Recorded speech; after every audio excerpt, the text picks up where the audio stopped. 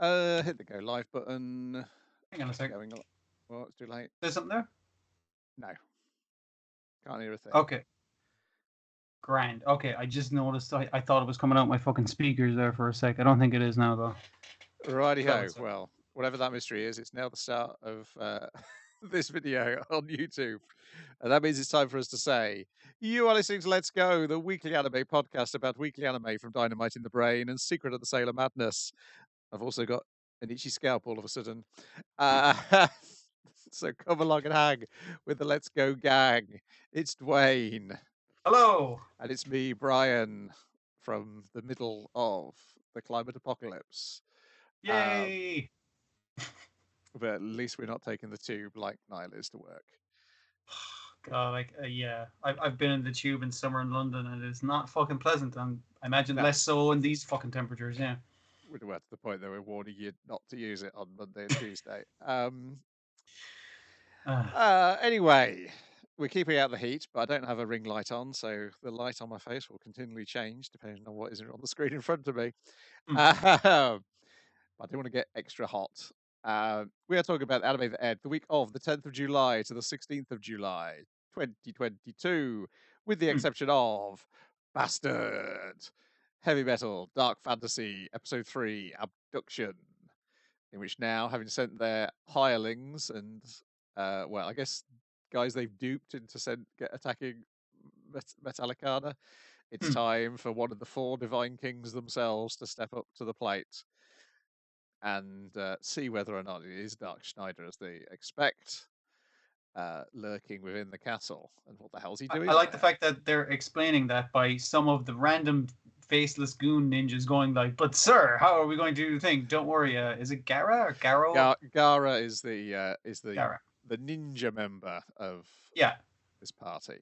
And he's like, "Don't worry, I'm a guy who looks out for his underlings, my fellow like ninjas and that kind of shit." And then some guards are like, "Hey, what the fuck are you ninjas doing over here? It's a crime to be a ninja in this country." And then they promptly get fucking eviscerated. Obviously, but they tell them if you better surrender or you're going to die, and then before they have a chance to surrender, they kill them.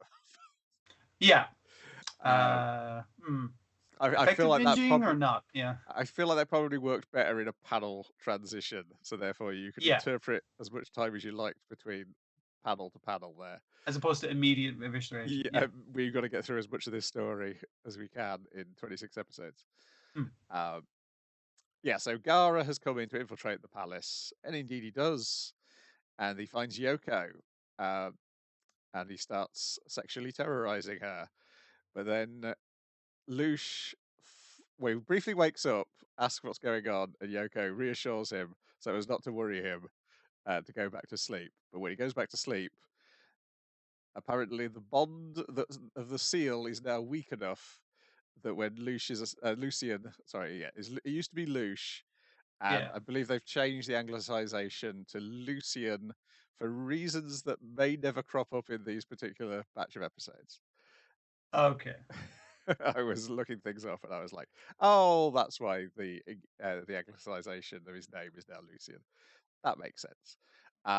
He falls asleep. I think he says as much. Like, every time you open the seal, it gets weaker each time. Yes. So I'll just be able to pop out. But currently, hello, it's me, Dark Schneider, in the body of a child rather than in the body of a man popping out of a small child. That kind of way. But that's enough of a threat to Gara for him not to hang around. So he summons a wyvern and kidnaps Yoko. And so basically, if you want to see this girl again, Dark Schneider, come and find us.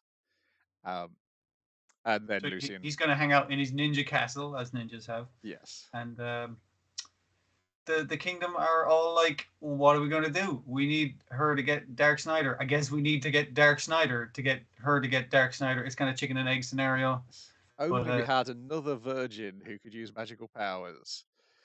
Say, my favourite characters, the cast of other ministers and priests. All the counselors and everything. No, they're the best, because obviously the princess is kind of like, I've been studying magic, and also because I haven't been married off yet, I am also still a virgin. So I could do that, and or Dad the King is like, fuck no, fucking that's royalty. You're not gonna fucking denigrate yourself like that. And it's like, all right, lads, said the ministers, take him off to bed. And the King's like, I'll fucking kill you guys, which is great. Just how ineffective a king he is. Yeah, and they've suggested in this episode, like the each of the kingdoms are in guard of this one artifact that if you release, all like the royal family's purpose is to guard the four pieces of the artifact for Anthrasax, is it? Yes, because you The see Kalsu, who's another one that we get his name of one of the four, Yeah. is off elsewhere, helping get ready to reactivate. Mm. I guess have they got 3 parts already, and is this the last They've one they got need? one part because that kingdom that they wrecked. What was the kingdom they wrecked? Slayer? I don't fucking know. I A can't different remember. band. Yeah.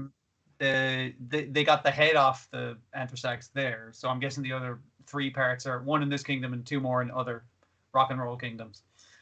But Yeah, and they figured out Darkseid that Darkseid was there as well because of the golem. They knew that he'd made the golem, and so only the person who made the golem can reactivate the golem. yes. So yeah, so it must be Dark Schneider because that golem got reactivated. Yeah. Anyway, they bring Darkseid back. Once again, he's stark bollock naked, as always. And they're like, "Are you going to rescue Yoko?" And he's like, "Nah, not gonna. Don't want to." And they're like, "Don't feel bad about her bullying you in the last episode. Will you please go and rescue my daughter?" Hmm. I can't remember how it ends. Is it ending with them still? Basically, because the princess is kind of like, I want to reactivate, reawaken Dark Schneider because I think he's hot, is the thing she's suggesting the entire time. But when she hears his brazen kind of like, no, I'm not going to Oh, rescue she her. She's only slaps going him. to be a dick to me. She slaps him in the face, and he obviously, marrying his beautiful sorcerer face, that's the thing that's going to piss him off. Yeah. Yeah. Uh, Also, oh, Garrow's like just a creep the entire time. So he yeah. is. Yeah. Also, I guess I'm going to wonder whether Schneider's turned on by women telling him off. Whether that's going to be. I believe he might be a switch, I believe is the Yeah. term. Yes. Yeah. Yes.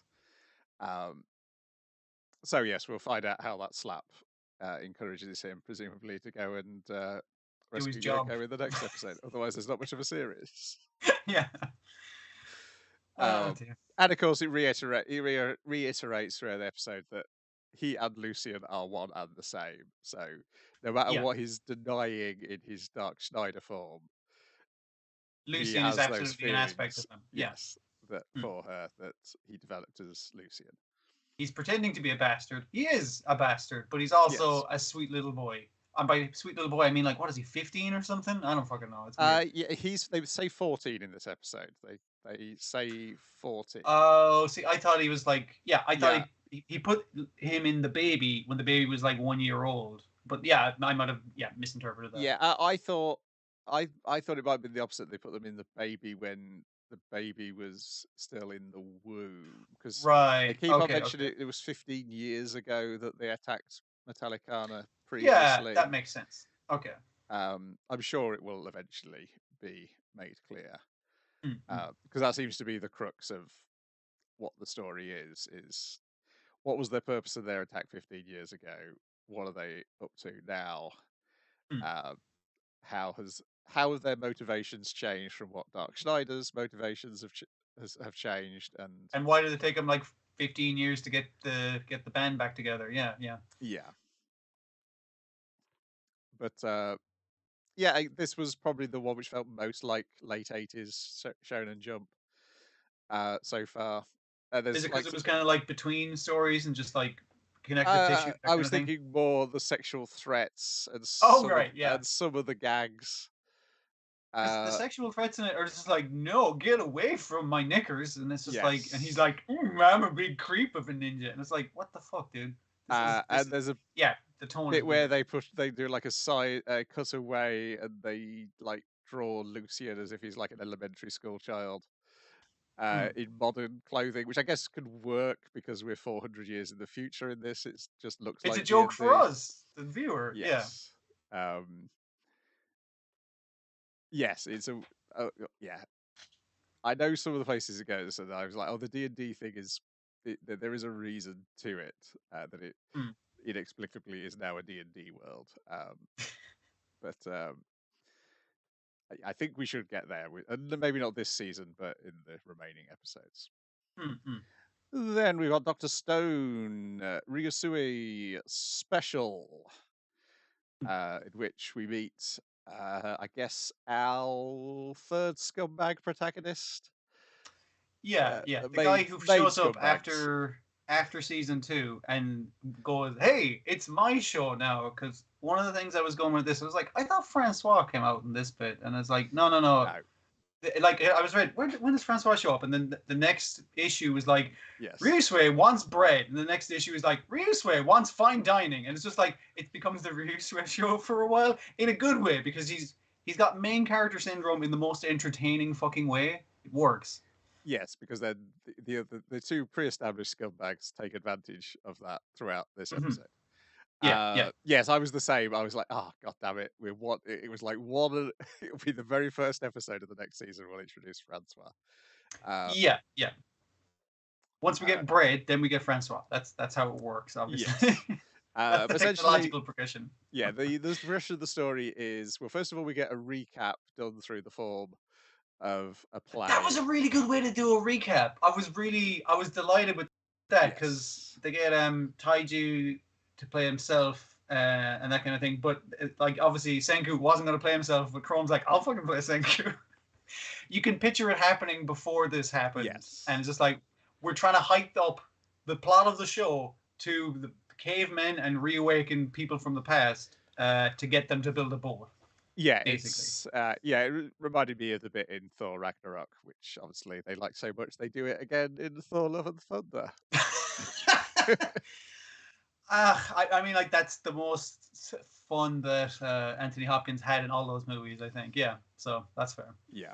Um, yeah, so we get that, and then Senku's like, okay, we have a competition to design a boat, or Mm. I think Gen is rather, because a lot of this is the Gen show, um, Yeah, yeah, yeah. in manipulating people, but in a way that they don't realize they're being manipulated, and Giving sometimes for their them, I benefit. think yeah, he reveals the magic trick after doing it as a magic trick with cards, where it's like make them think that there's a chance of winning, so that they'll do the thing you want to do. Yes. Like kind of like trick someone into thinking it's their own fucking idea.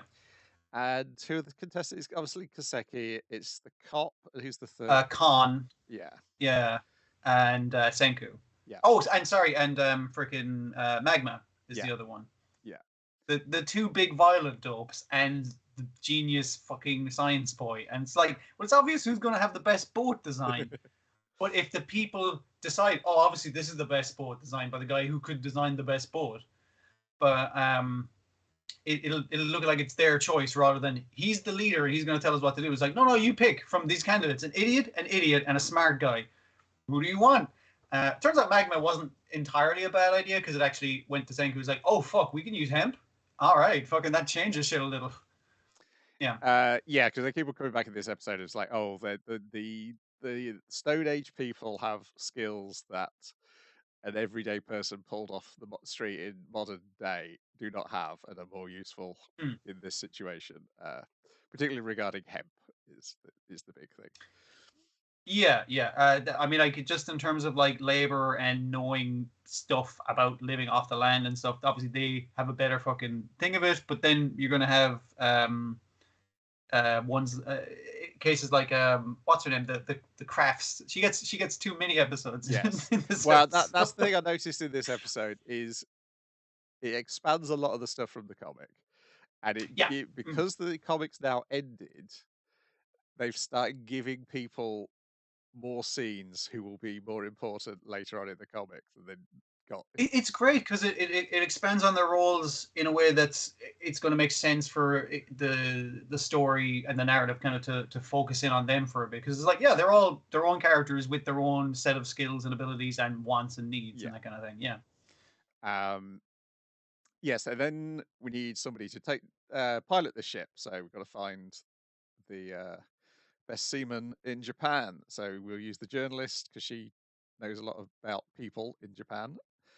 She's lamenting like the loss of her super hot caveman boyfriend. The temporarily freezing of her boyfriend, I Yes. guess, is the other thing. But yeah, she's delighted to be able to use her skills to know who's who. And while she knows someone who would make an excellent fucking sea captain, not that guy. Let's go to where there is a sailing academy and we'll just unearth a bunch of fucking rock people, and let's see which one is the best, because we only have juice enough left for one of them on us. Yeah. The Senku's like, no, let's get that guy who you don't want me to have, because he's bound to be the right person.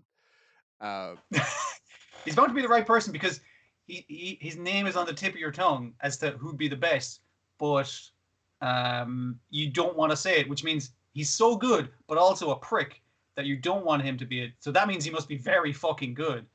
A meritocracy kind of thing, but he is a massive prick, and as soon as he's awakened, he's the world is mine once again. Yes, he awakens and declares that yeah, he is going to, because no one has that claim over the planet now, he just claim everything for his corporation, and immediately invents money, which then throughout the rest of the episode, Gen and Senku use against him. Yeah, yeah, you can be bought and sold now that you've invented money. And it's like initially, like, you know, Conan's everything. Why should I want your, what are they, Dragos? That's his cool currency, isn't it? But yes, he's got that random manga artist to fucking draw him a bunch of money. And he's like, each one of these is worth like some amount of grams of the oil we will drill offshore when we get there. Yes. So basically, it's a share, not so much money, but it's an investment in Senku, and we all fucking trust him to make it too. But because you've now invested in the thing that you don't even have fucking yet, everyone has to make sure that thing happens, because now otherwise the money they have will be useless. Yes. Also, he's a real Ponzi scheme. Planning on charging Senku for the oil, because he agrees to pilot the ship in return for them finding the oil rights. Field. Yes. So they've got to find an oil field, but they manage to then. They decide they're going to build a balloon to find the oil fields, which leads us to the hemp, which then leads Gen to manipulate the markets. Everybody who's earned all this money from Ryusui already is worried about the value of their Drago if they don't help build the hemp for no charge. And there's a bunch of combinations of things where, yeah, obviously they need them to find the oil fields, so they need to help them make hemp to make the balloon to find the oil field. Otherwise, their money will be useless. But also, they have a bunch of hemp, because when you're making a textile like that, very basic way, like, you're going to end up with a bunch of it that's a bit too thin to hold. It's like, we'll just turn that into clothes and make it a commodity we can sell, so that now you can actually use your money to buy and sell things, like actually make stuff you can use it for. And that also gets him to spend a bunch of his money. They price all the clothes so high that only one man can afford to buy the clothes. The guy who invented money. Yes. And he's like, wait a minute, I've just spent a bunch of my shares on my oil field on this fucking thing. It's like, you have, you fucking idiot. And then they decide who's going to go in the balloon, and they do this by lottery. These tickets again, which Gen wins one, and he's like, "Oh, it's so unfair that I should have won one. Maybe someone." And then Ryusui buys the ticket off him, which of course was the thing he was planning all along. Yeah, initially he was playing it like, I've put one card out of the deck like a little further, so obviously I want you to fucking pilot it. It's like, I'll pilot it for 50 million Drago, haha. And he pulls it out. It's like, that's not the card that would get me the seat on the balloon. It's like, that's right, I want it. Again, who would have fucking think? He says as he slips it out of his fucking sleeve. It's just top tier dickery. Yeah. Yeah.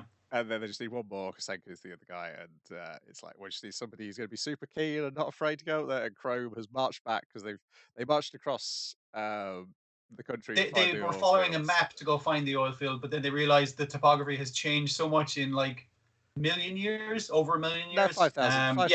It's only 5,000 years. Or but I mean, like, when they think about it, it's like, instead of there being a river there's a Niagara Falls like fucking thing, and it's like, wait a minute, Mount Fuji has went off probably at least 5 times in the meantime. 5, probably 10 is what he reckons. Minimum, because it's still an active volcano, and it's going to go off within that period of time a few times. Yeah, so then Kramer's rushed back because he wants to go in the balloon, and then we see Gen doing the trick he explained at the start of the episode with the cards for real this time, and wouldn't you guess Chrome is the one who managed to pull the card straight away.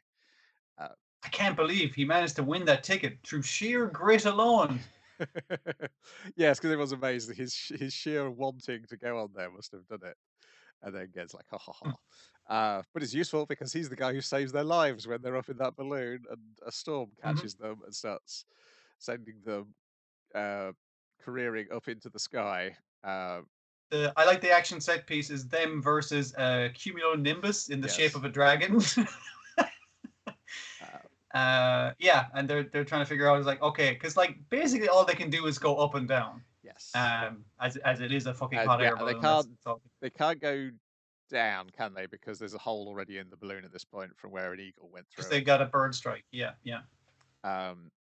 Yeah, so then they're like, well, Ryusui is just like, he's so super confident his skills are somehow going to get him out of this. Senku's like, I've got to think of something before I run out of oxygen and I can't think properly anymore. And then Chrome is looking back. He's like, oh, okay, you don't run away from nature. You have to stare nature down. If you run away from nature, you're doomed. Because he's remembering an encounter with a bear. And so he's like, okay, what we just need to do is control going up ourselves. We'll put all the fuel. Just go straight up past the level that the Yes. storm is at. Yeah. Yeah, and they're like, should just be able to avoid suffocation. So they're saying it's like, that's a great idea. We can get up there even faster if I throw the last of the solution into the fire. Use liquid thing rather than Which the then liquid fuel rather than charcoal like they'd been using. blows him off the basket. And then the funny thing is they don't pull him off back into the basket for the rest of the episode. He's just left dangling there. Which is the very funny thing at the end when Ryusui and Chrome are celebrating and admiring each other's skills, and Senku's like, "Will you please drag me in before I die?" Dear. But you're like, he kind of deserves it a bit, not as much as it would have been if Gen was dangling off the basket, but there are some very good. I can't remember the '70s series, which is the references to whenever they get their particularly crazy faces, where their tongues start zigzagging out their mouths. Oh, there's some great facial fucking things in this. I think one of my favorite ones was when Gen was being all cutesy. What am I going to do with this ticket? And his crack mouth thing on his face also made a cutesy face. Yes, just some great bits. Yeah, super handsome Kaseki in the fashion show. Yeah, I knew that was always going to get a laugh out of me. But yes, don't fall in love with me. We also get which one of the brothers is it? It's the taller one. It's such a long time. I can't remember which one's Ginro. Kinro and Ginro. Yes. It's the which one's the gold one? It's the one blonde one. Gin is so it must be Kinro. Yes, the glasses, and his they're shouting instructions that he's walking down. You're moving your shoulders wrong along the catwalk. That was a funny little bit of animation, but yeah, it was a good, fun episode, and like I say, they drew it out a bit, but I realised as I was going like, they're taking that advantage because certain characters who just get like little bits of panels in the comic at this point are going to have like entire chapters where they're going to be more important, and it's laying down the groundwork. And I think also people like some of those characters a lot now. So yeah, it's mainly you get a lot more of Magma, you get a lot more of the cop, and we get a lot more of Nikki. Those three, I think, get their roles. Yeah, because they're going to have expanded. They're going to get whole fucking arcs and shit. I mean, like the cop isn't going to ever be a decent person, but what are you going to do? No, he's got some stuff in the next arc. In the next arc, he gets his moments. Yeah, it's a great reintroduction, and also Ryusui is like a fucking very difficult character because you think of just like, okay, this is the world's most selfish man.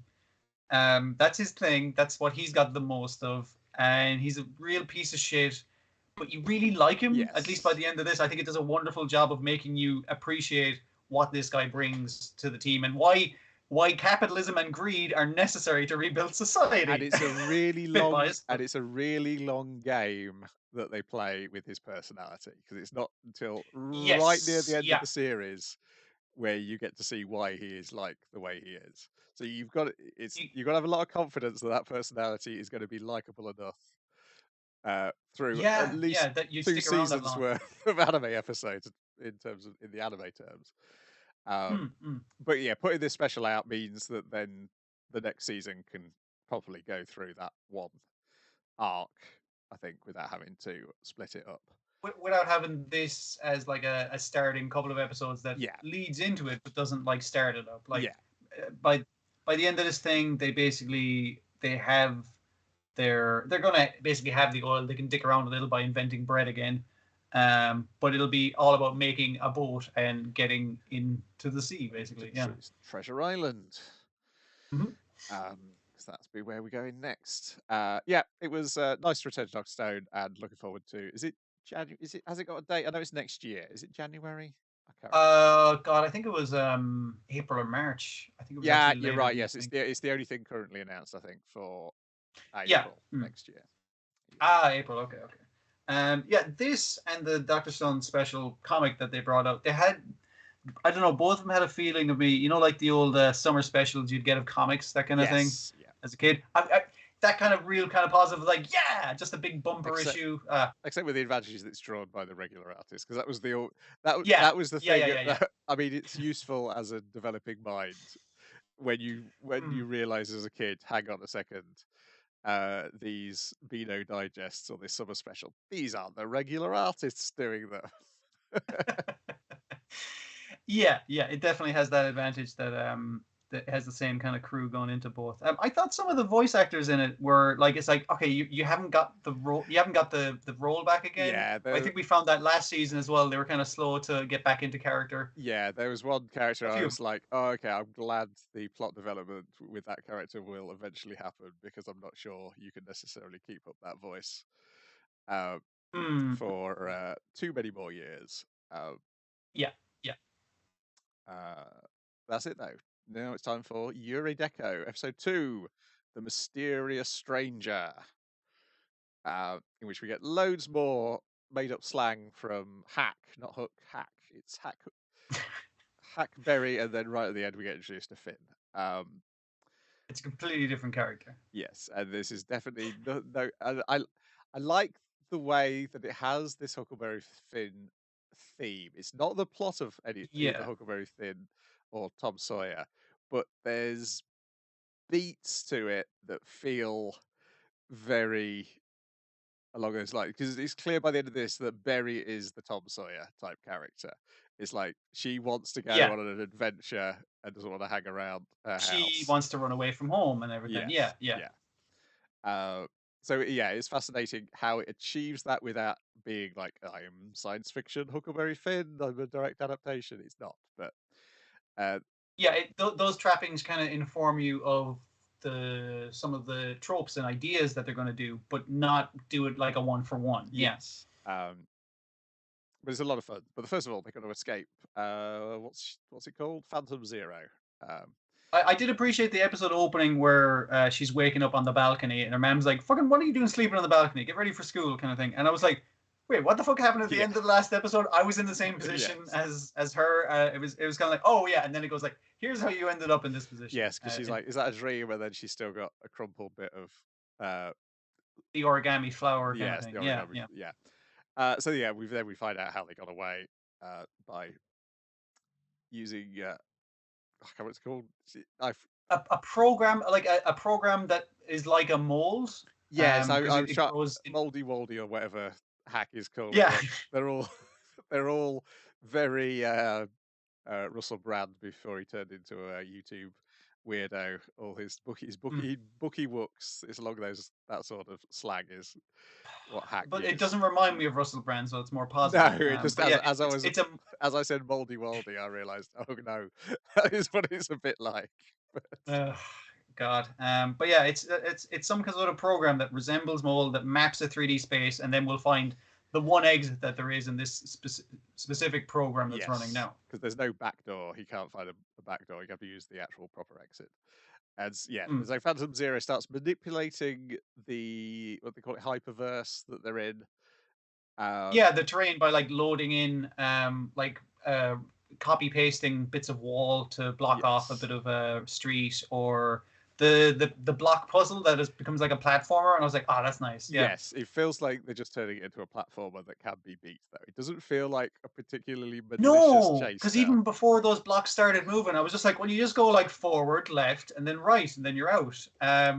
Like it seemed very obvious, but it feeds into the themes of like even in the first episode where Hack was messing with the kid playing like a Mario fucking thing on the side of a wall, and the way Hack moves around as a fucking like a 3-dimensional platform hero kind of thing, like in a more 3-dimensional platforming game.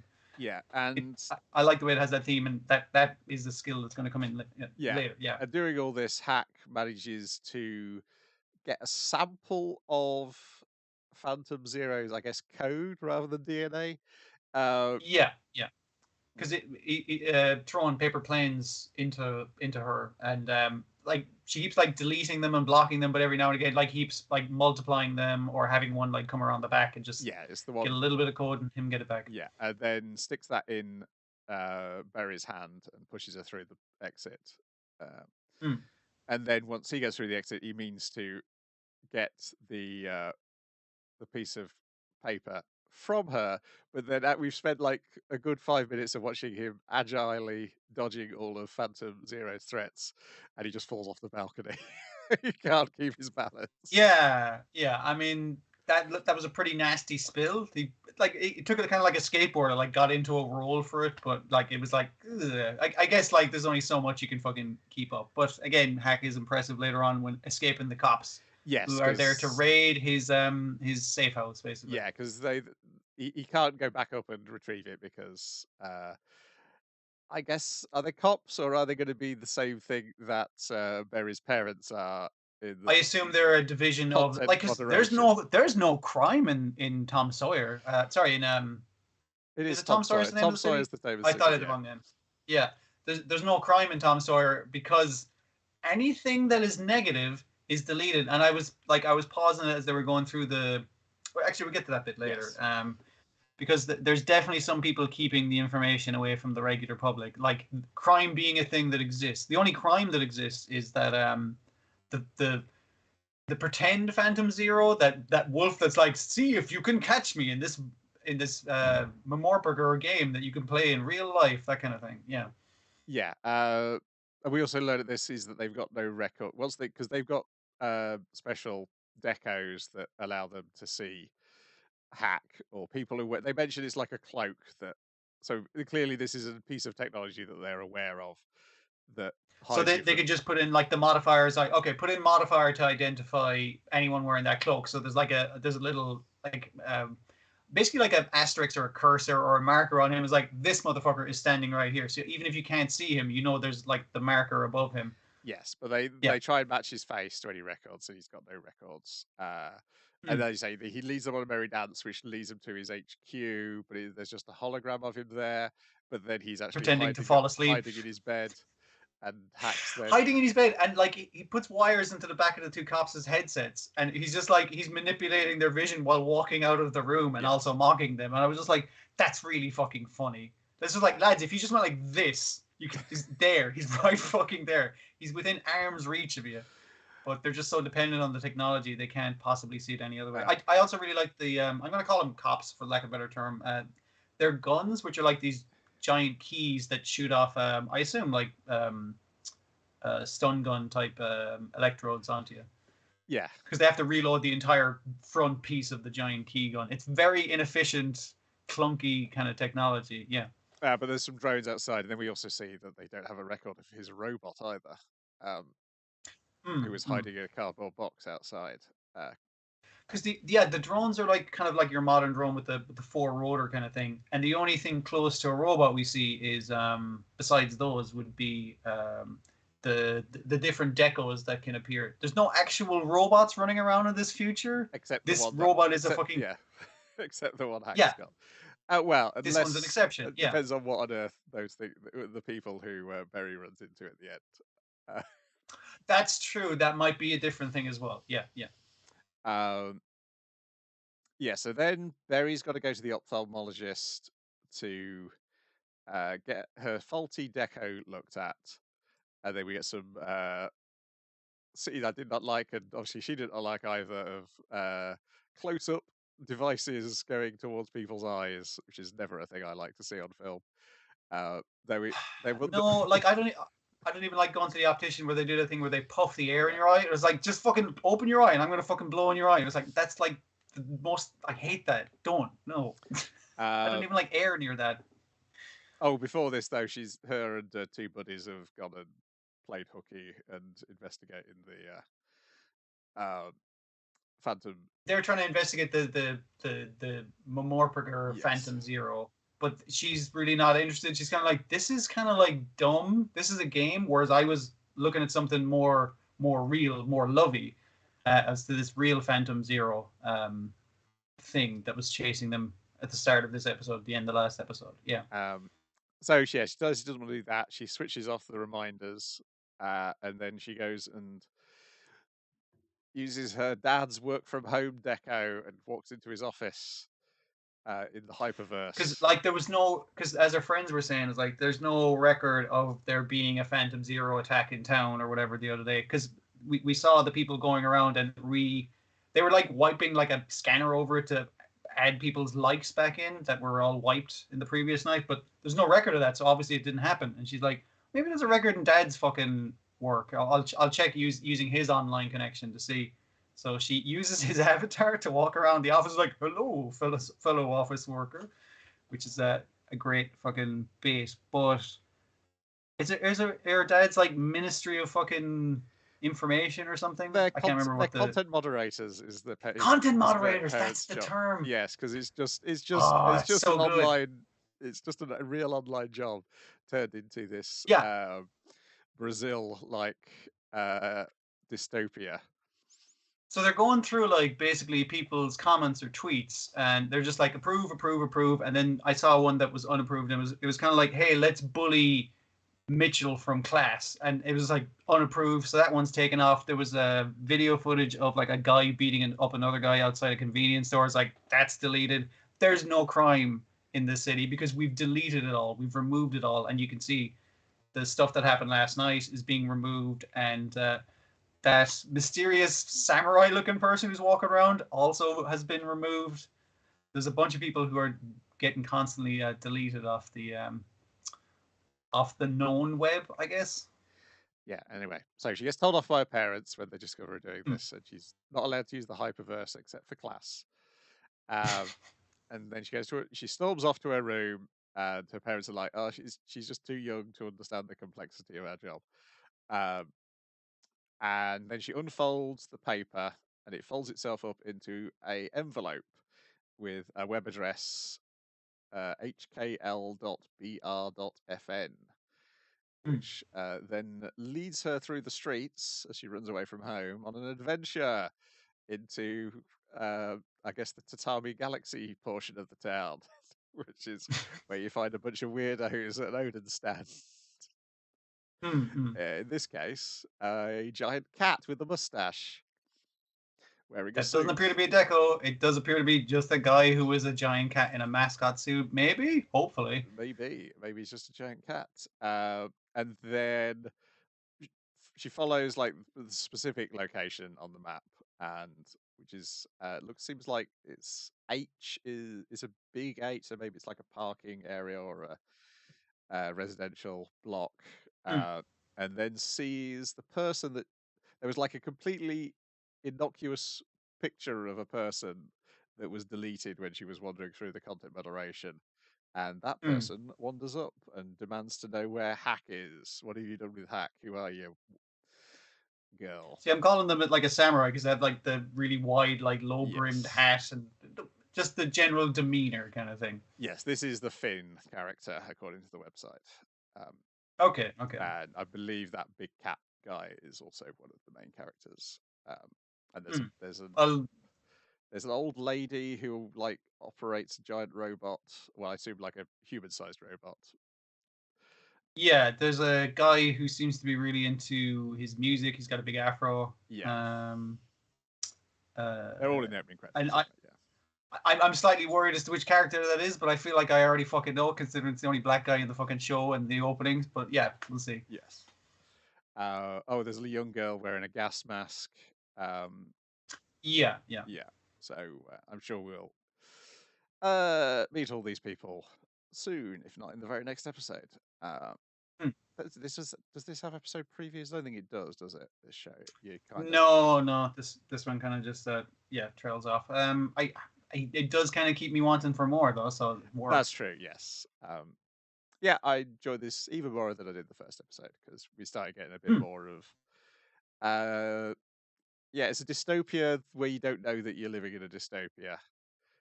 Like even the parents like saying it's just like we're content moderators, and it's like yeah, but you're deleting fucking information off the web. But it's like if it was important, people would remember it, and it's just like you guys are literally like fucking information control. You haven't figured that out, but they're so indoctrinated to the society they don't even see that. Yeah, Yeah. it's great stuff. Then we got Chimimo, episode 2, Operation Turn the Human Realm into Hell. And when you want to work, but it's hell. So in the first part, I should need to remember. I need to remember all the. There's only 4 characters' names to remember. I can remember all the Chimimos' names. I can't remember the people who aren't Chimimos. That's my problem. I Jigoku-san. remember like Yes. superhero names, but I don't remember like actual human people's names. It's Yeah, stupid. he's Yeah, essentially yeah, like Mr. Hell, isn't it? Yeah. yeah. So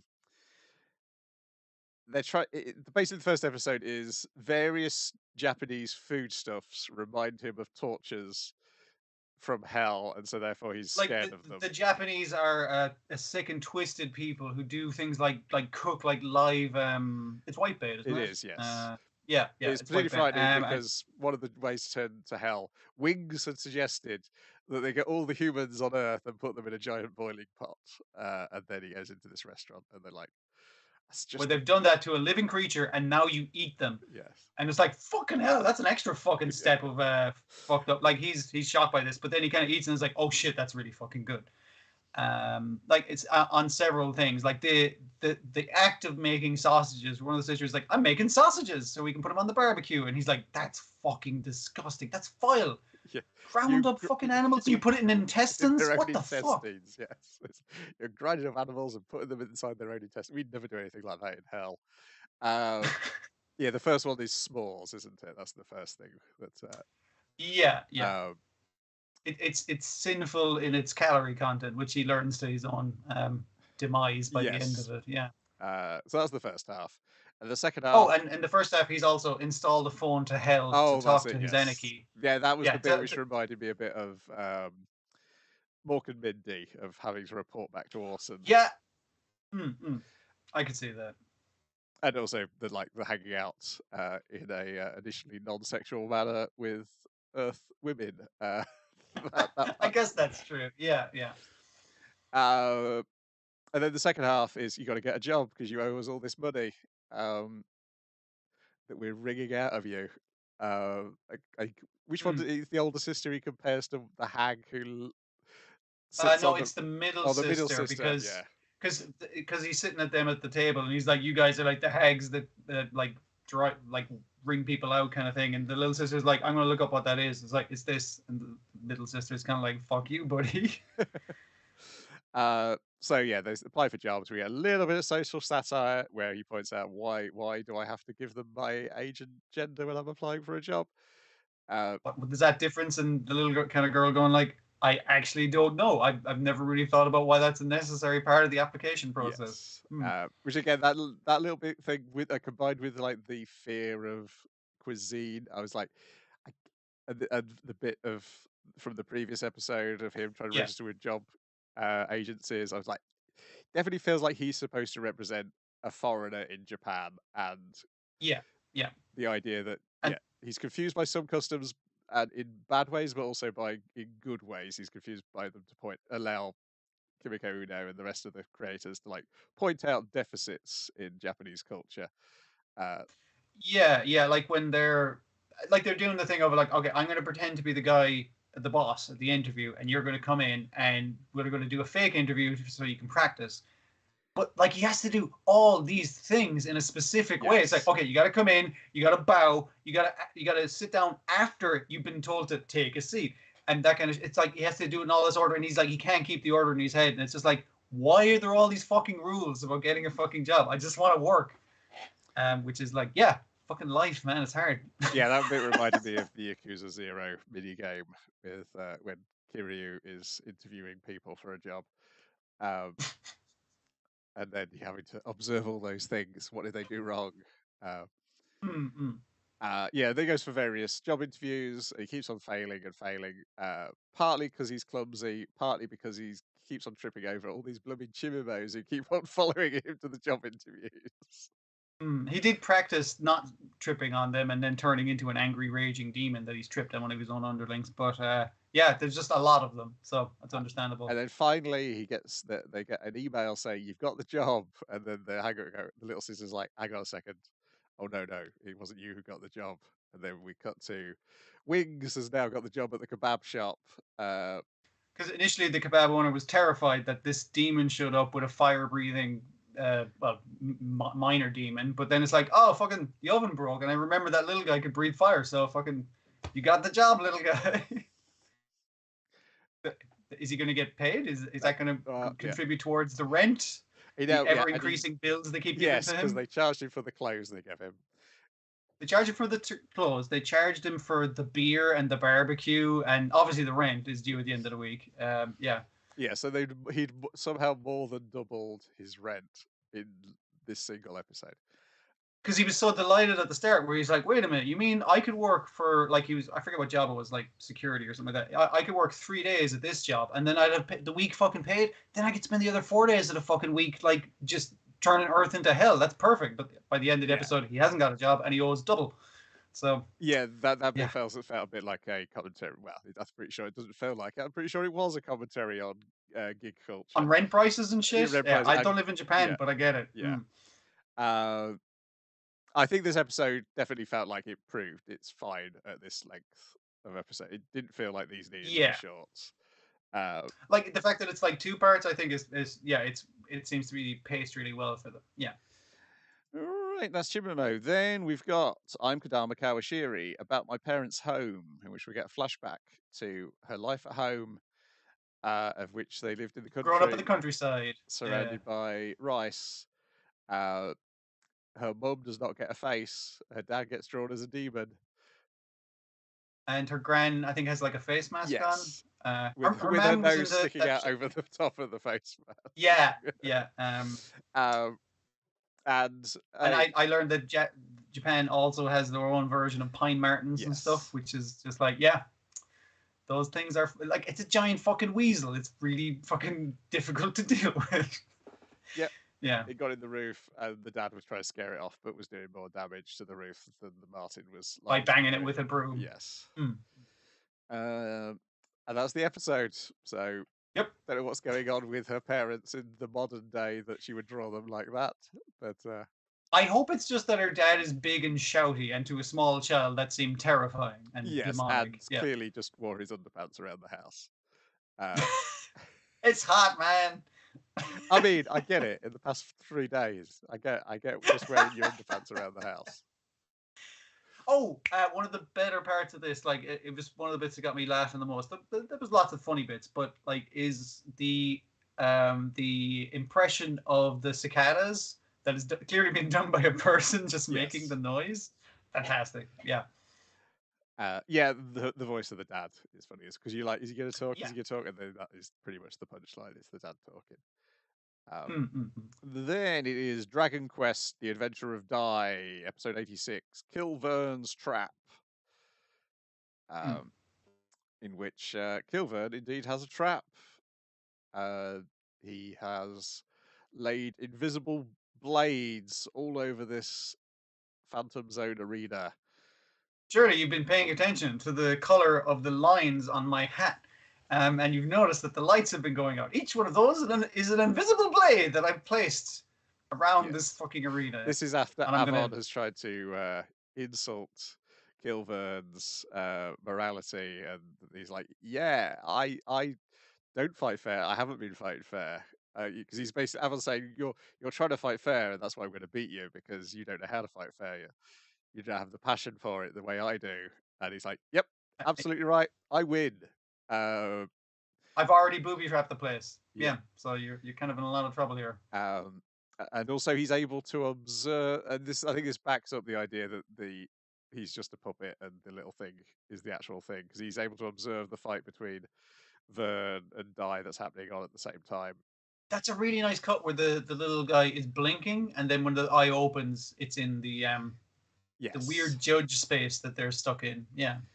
Um, so yes, he has defeated Avon. Avon's going to explode with the judge, except Hmm. he somehow didn't teleport where he thought he was going to teleport when he escaped the arena.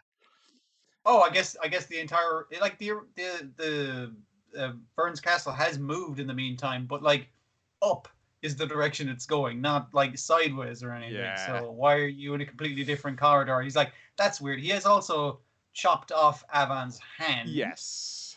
and it's just like, well, I'm just gonna throw that And that hand that was hand grabbing came me through the away. portal with him as well.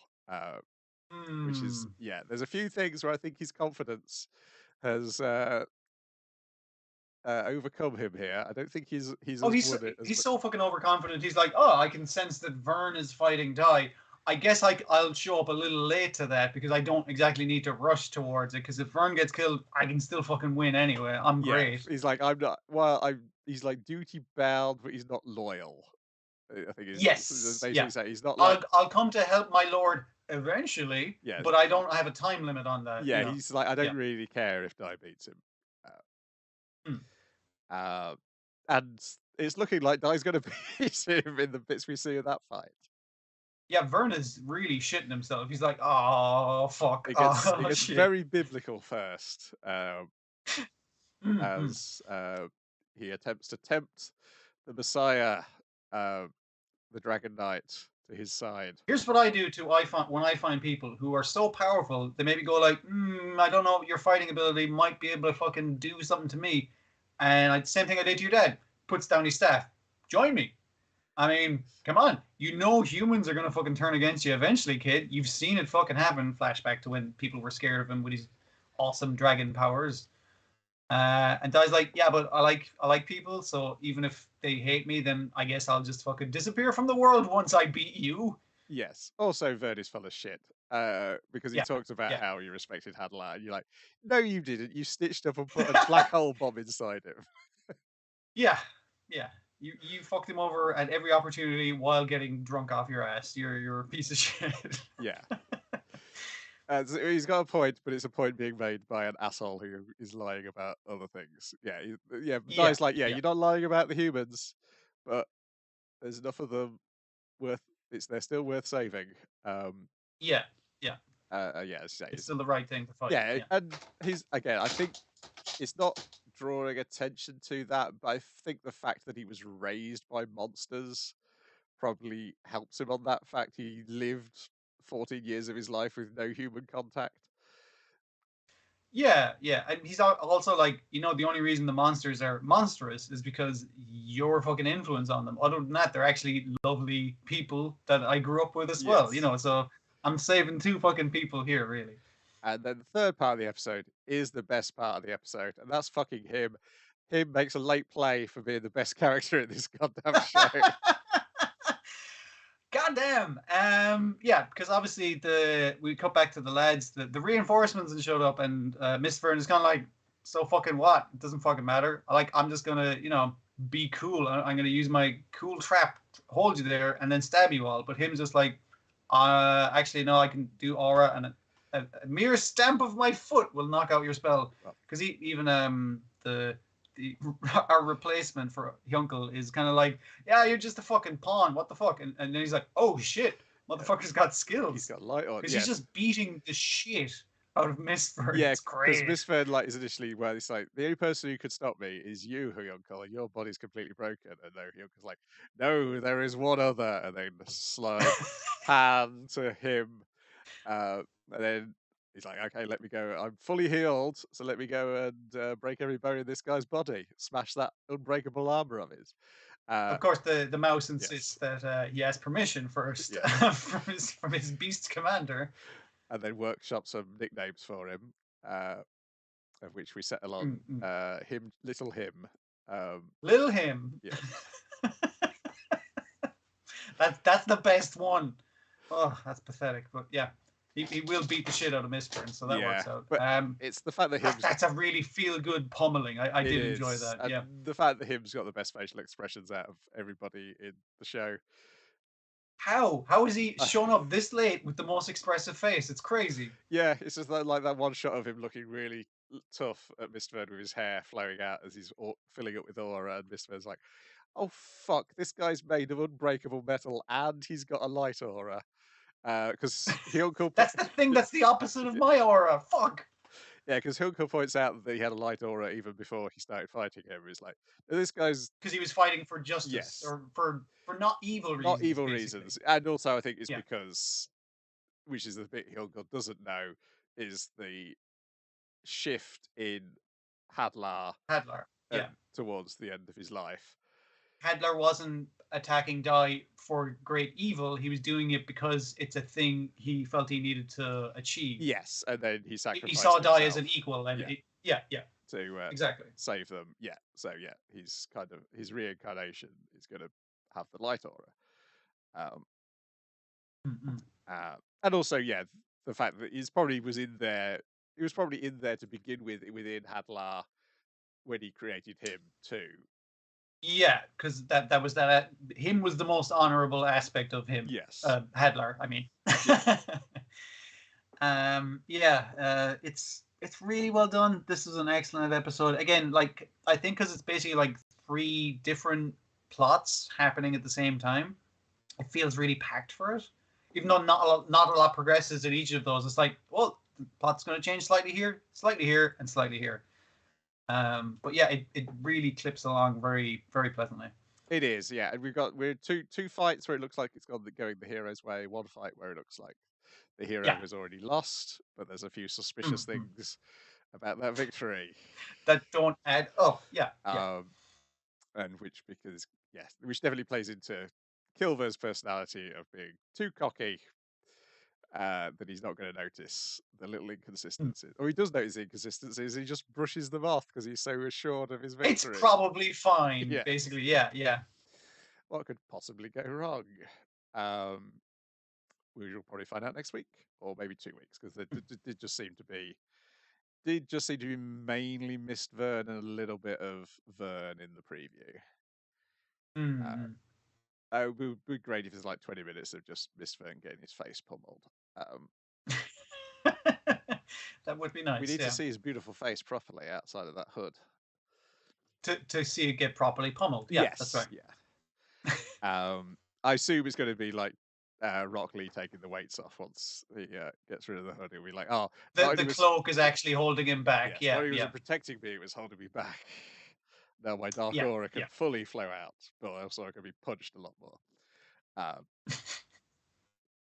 We will see. Then we got Shine On, Bakumatsu Bad Boys, episode 2. Shine On, Keepsake Katana. In which, boy, the alternative history comes thick and fast now as we get introduced to various historical people. And you have to go to Wikipedia to find out, is this what happened, or are they changing what happened? I'm glad he's not actually a doctor. He's like an intellectual or something, isn't it? I think he's the smartest man in Japan. Oh yeah, that guy. Yeah, sorry. Yes, oh, what's his name? I really he's a guy from history as well. I enjoyed him as a character, but I was kind of worried. He was like, oh, this guy seems alright, and I was like, oh wait, he's in the opening. We're fine. He's going to be around for a bit. Yeah, I think pretty much most people in this were in the opening. Yeah. Okay, it's not. Nobody's got just. Yeah, I looked up the pictures and then I forgot to save the Wikipedia page. So essentially, the historical characters, the key ones are our really smart politician who they're hired to act as bodyguards for. Yeah, this is their first official job besides patrol, which was, I guess, just general duties. Yes, the only problem is that one of them had a previous official job from elsewhere, which was to kill this guy. Yeah, and his thing is like, I know you from somewhere. It's like, no, you don't. I'm this specific samurai and nothing else. He's like, I'll fucking remember who you are. It'll come back to me eventually. And we even get the origin story for the. I gotta write down these characters' names. There's a lot of them, and there's I gotta have to remember the the crime collector old man. It's where he gets his sunglasses. He's like, cool sunglasses. It's like, yeah, you want them? Here you go. They suit the pink sunglasses kind of suit your orange stylings a lot better. Yeah. Yes, they did. So yeah, Genzai Kawakami is the guy who shows up. Sakuma Shozen is our the politician who they're guarding, who was assassinated by Genzai Kawakami, the assassin who shows up at the end in history. In fact, that's the only confirmed kill of Genzai Kawakami. I mean, I like he's believe, in this show, he says he has over 1,000. So yes, I believe he was assassinated on this very trip that they're making in this episode. oh, okay. So I think that puts us in 1864 Oh, in cool, cool. terms of the time period. But yeah, as they're escorting this guy, he's kind of having a chat with him, just enjoying being a weird intellectual guy, and they're attacked by people who don't like the idea that he's trying to open up Japan. I think is what the Yes, guys that's attacking him are essentially saying. it. Yes, it's I think it's the outer regions who are loyal to the imperial court as Yeah. opposed to the shogun. I think that's the politics that are going on here. Yeah, because one of the things he mentions is the thing that we need to do for the future, the politician guy, is to unite the shogunate and the empire, like into a united Japan, that kind of thing. Yes, because his argument is the Americans aren't going to try and conquer us, but they will try and con It us will try out and of our fucking like get as much resources. out of us for as little as they have to spend as possible. So our best bet is to unite uh, and team up with a different world power to keep us out. or I don't know. compete, Let's say the Dutch. I don't know. or at least you could have proper competition. Yeah. Yeah. To set up proper trade routes with someone who we can be on equal fucking footing with, rather than Yes. yeah. And of course, remember that one of these guys, I think it's the assassin. Yes, the assassin guy is pretending to be the guy who's the old man in Golden Kamuy.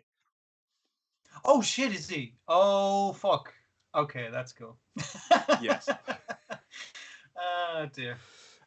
So essentially, yeah, the politics of the Shisengume are the politics of that character in Golden Kamuy, and Yeah, like wanting the Republic and yeah. Like the or uniting of in Japan the to make it stronger politically. Yeah. as basically as I could understand from limited research, having been forced to by going, who's that guy? He's a historical person. What's his deal? He's in Uh, several fucking anime, that kind of shit. Yeah, but these people who are political opponents, I guess, of him, it kind of like shows their guys are good fighters, but work shittily as a team because yes. they're all kind of at cross ways of working together. And also, your man's like, finally, time for my laser sword. Come on, laser sword. It's like, why the fuck is my sword glowing? What the fuck? Oh, and the blooming monk breaks his sword. Immediately breaks his sword. He stabs it into a tree and breaks it. And the guy's like, that's a fucking sacred sword. What the fuck are you doing?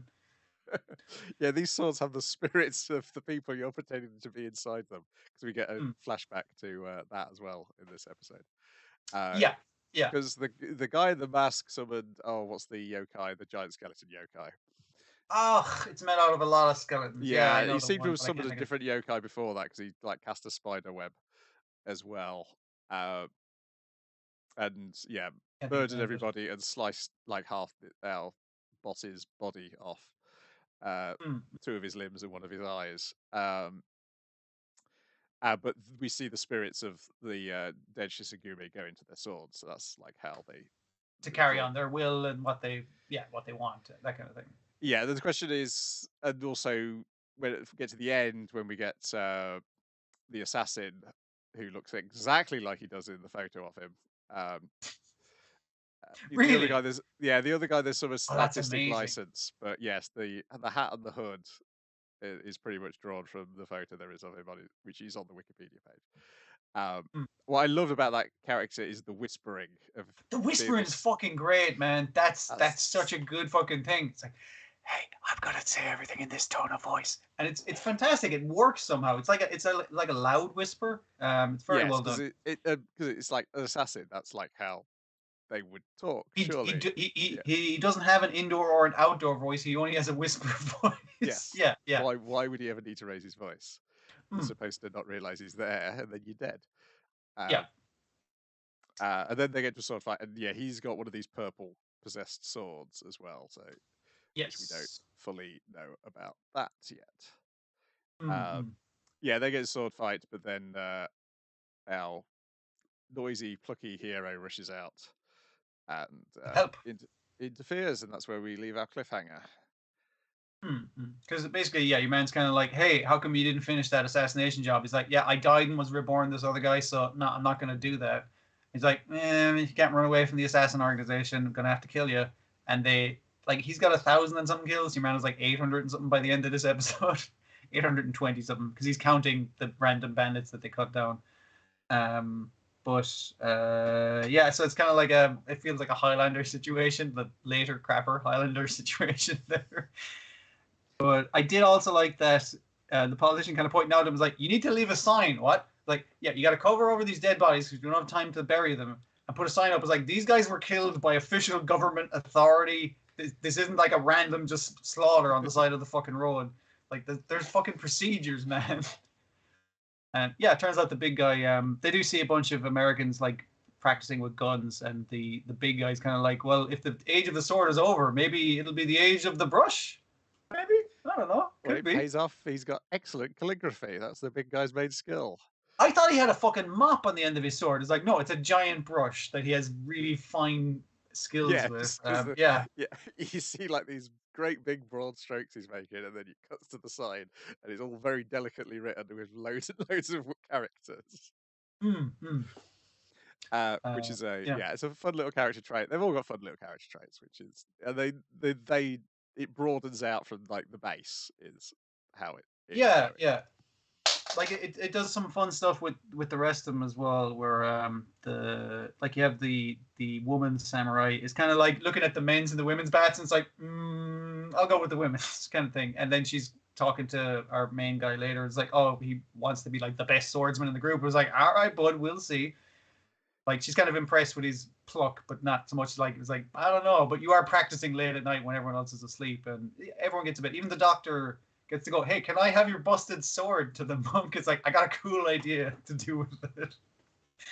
So I'm guessing he's going to turn it into whatever weapon he has, whatever that weird thing is he has in the opening. Yeah. Yes. Yeah, I suspect that she's the better swordsman in the samurai sense of a swordsman, because they point out that the Yes. assassin does not fight like a samurai. You don't fight like a samurai. Yeah, it's kind of like because he just kind of runs in slash like there's barely there's less swordsmanship, just killing fucking intent basically. Yeah.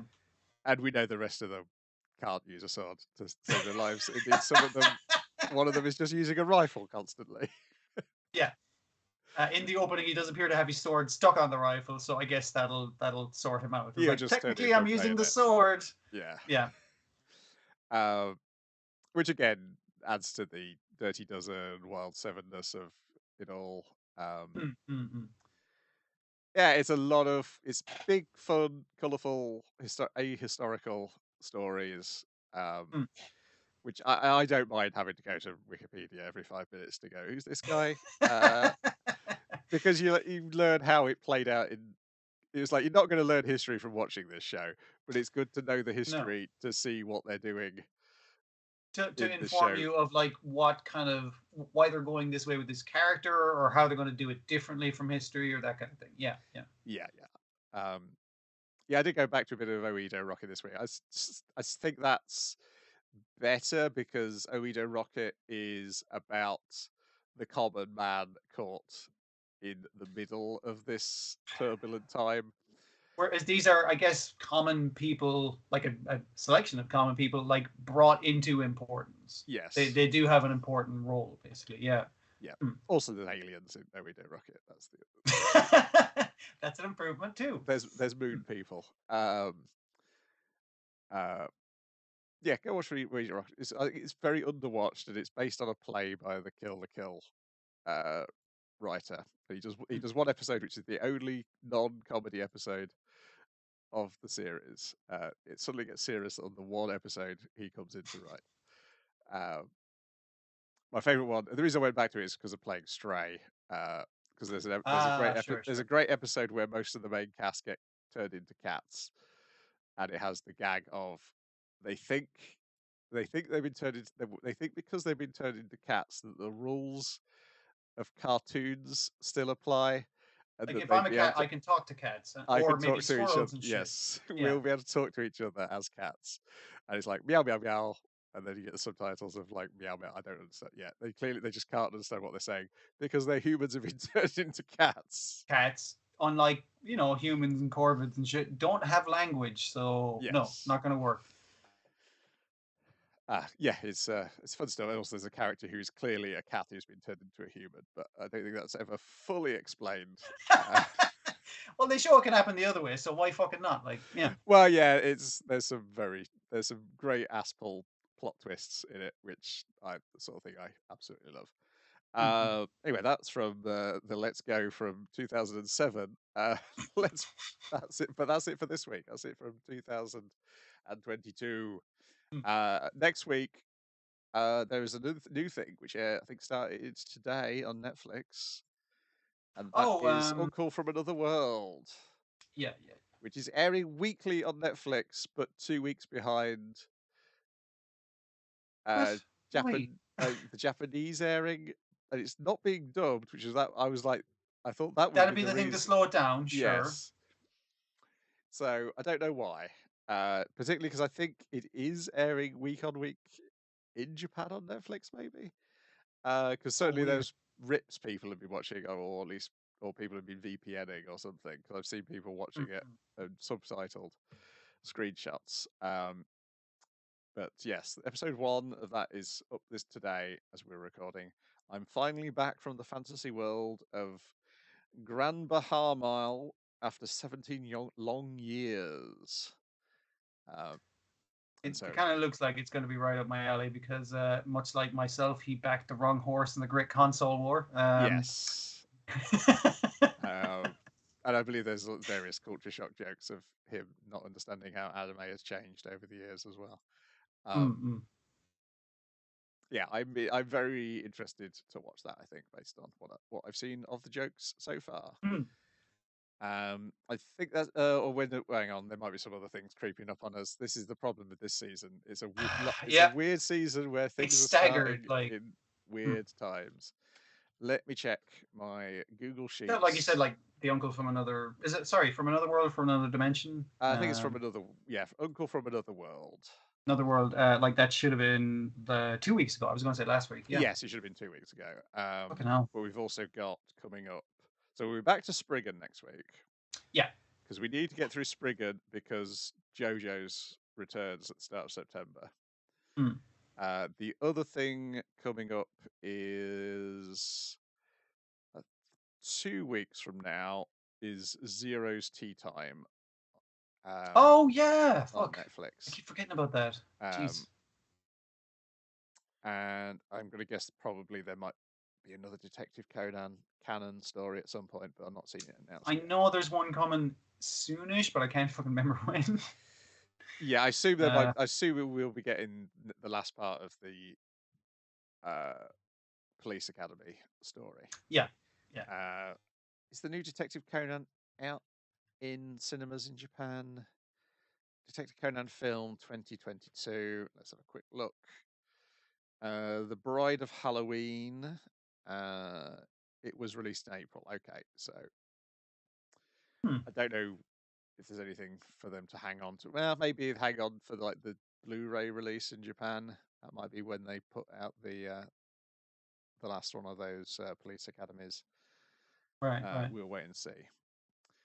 But that's it for this week. There's still that Futo PI as well. That's the other thing, which is Oh, God. down the line. I mean, that's like 2 weeks away as well. I think no, a bit longer, 3 weeks. That's going to be a weird one because it's like you can officially watch some of Kamen Rider Double, but I think only the first 2 episodes are in English on YouTube. Hmm. Uh, last I looked, so it's going to be weird watching a Crunchyroll have licensed a sequel to a show you can only have really watched, I think, in English if you're watching a fan subbed version. Like it would make sense if they'd licensed the sequel, and then it's like, and here's all the old episodes of the prior season like dumped at once, that kind of thing. That'd be fine. That's a very sensible streaming thing to do, but yeah, it's a weird one. It is. I don't think that's one of the ones which Shout Factory have got. I don't So think they've there's got. no legit way to watch the fucking the prior version. Yeah, I don't think so. Listen, we know you guys robbed this, so here it is in a paid version. Yeah, it's like the wrestling tape trading situation. It's like that We is know you kind. guys are watching the wrestling, so that's why we showed up in the town. Yeah, yeah. Yeah, it's that's I think that's where at least the non-Super Sentai side of Toei Tokusatsu stuff is, because Ultraman is pretty much you can watch everything, I think, or very Mm, nearly everything. yeah, Super Sentai, you'll eventually be able to watch an English version of most things if you watch Power Rangers. yeah. It won't quite be the same. And yeah, and Shout Factory have got Kamen Rider Cougar, Kamen Rider Ryuki, and Kamen Rider 01, and Mm, a couple of movies. But they've also got a lot of the Super Sentai shows as well. yeah, Um, certainly more than they've got Kamen Riders. So yeah, it's a weird situation with that Futo PI, which makes me curious as to why Crunchyroll. But it could be that they're never going to change it to a Kamen Rider, and it may perfectly work as a detective show, yeah. regardless. Okay. Um, I didn't look to see whether it's the original actors doing all the voices or not. Kamen Rider Double, Futo PI began airing in August. Well, it hasn't begun airing yet, then has it? Right. Oh yeah, these wikis arts. So the voice cast is. Let's have a look. It is. Uh, no, it is. Our main character is being played by the voice of Fumikage from My Hero Academia. The second lead is being played by Shigaraki from My Hero Academia, Okay. and yes, it's not the original. It's a voice actress playing the female lead as well. Oh, that's a manga. That's a character who's unique to the manga. Hang on a second. Mm, Is yeah, okay, right. Let's see if the other lead is no, that's another voice actor. Yeah, so they've recast. They haven't got like the original actors in. And some of mm. them you'd never get in because they're too popular. You can't get them back to do the live action Kamen Riders, let Yeah, alone get them to voice it, pay them voice actor rates to yeah. come in. Money is one thing, but actually, probably trying to schedule it is probably even more difficult. Yeah. Good news is though that it does have the he's not doing this composition, but he is the composition supervisor. Is the creator or the writing half of the creator is Riku Sanju, the one half of the Dragon Ball Adventures of Dai creation team. Mm, mm. Um, I don't think I ever got through all of Double, so I don't know if it ends in a very similar way to Dai. Certainly, there's a Mm. plenty of significant differences, but he does have the thing I like that he does of um, Monster soap monster opera. soap opera. Yes, that's the way I describe it. It's where the bad guys get as much attention as the good guys, if not more. Uh, The drama is generally a bit more entertaining with the bad guys because they're all out to snipe each other. Yeah. yes, and also there's always the chance that it's not going to end well. Whereas Yeah. when the soap opera's happening with the heroes, you assume they're eventually going to make up. Yeah. Yeah. Uh, yeah, I'm trying to think of any Shonen Jump type comic where they've had that drama, and they've not made up. There's ones which are on the app which aren't in Shonen Jump, Hmm. where the fallings out have been a little bit more severe. Like the closest reverse of that I could think of is the like the My Hero Academia switch into the villains for a bit, but then all the villains get along really well. There's no sniping and backstabbing. Is there any backstabbing? I mean, there's that one guy who's a prick, but he didn't really backstab anyone. I guess there's some Uh, pretty big falling outs between team members in Chainsaw Man. Uh, that's true. Yeah, yeah, but that's fair. I think, to be fair, you're suspicious That's of those. tragic, though. Yeah, you're suspicious of those connections pretty much from the get go. Yeah, yeah, there's that. Sure, Yeah, sure. it doesn't come out of nowhere. It's not like Luffy. It's not as if Luffy and Usopp fell out and then never got back together in One Piece. Yeah, yeah, yeah, yeah. Uh, yeah, That'd be a different feel of a comic. Yeah. everything's a little suspect in Chainsaw Man right from the off. And Hmm. who knows? Eventually, it may tell us when that's starting. I mean, I'd like for them to Dear. say, "Oh, it won't be coming out this year. It'll be coming out next year." We won't be because That that's will one give us less time. one less thing to worry about. Also, possibly, I was never going to watch it because there's like 6 returning shows that I want to watch. Like I'm still like you said. I think I'm still worried about it in that can it possibly be as good as the comic? Because the comic is very good. That's the thing, yeah.